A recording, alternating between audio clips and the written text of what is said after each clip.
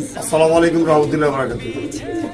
আজকে আমার যাওয়ার কথা ছিল যে ভাগলপুর কালু ভাইয়ের কাছে যাওয়ার কথা ছিল, যে কবুতর কালু ভাই। ওইখানে আমি যাইতে পারিনি, আমি অন্য একটা জায়গায় আমার দাওয়াত ছিল, দাওয়াতে গেছি। কিন্তু আমি কবুতরকে সকালবেলা যা খাওয়াই গেছি ওই পর্যন্ত আছে। ওরা এখন আমার বাসায় যারা ছিল ওরা খাওয়ান দিতে পারে নাই, ওরা বোঝে না। আমি এখন রাত্রে যে 10টা বাজে আমি এখন আসছি খাবার দিতে, যে কবুতরের জন্য আমি আজকে চলে আসছি। আমার অনেক চেষ্টা করছি রাখার জন্য, আমি থাকি নাই। আর কারণ কবুতরের মায়া, কবুতরের ভালোবাসা, আমি চলে আসছি। এখন ওদেরকে আমি খাওয়ান দিতেছি। দেখেন ওরা এখন খেলা বসে রয়েছে।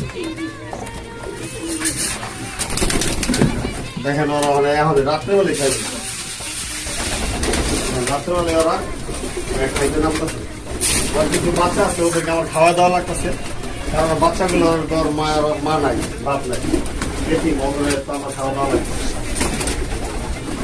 রাত্রেবেলায় খাইতেছে। এই হলো কবুতর পালনকারীর অবস্থা। যে মনে করে যে কবুতর পালন মনে সহজ, আসলে সহজ না। যতটা সহজ মনে করে আসলে ততটা সহজ না।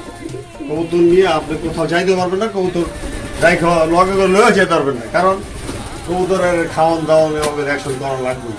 ভাই বন্ধুরা সবাই ভালো থাকবেন। আল্লাহ।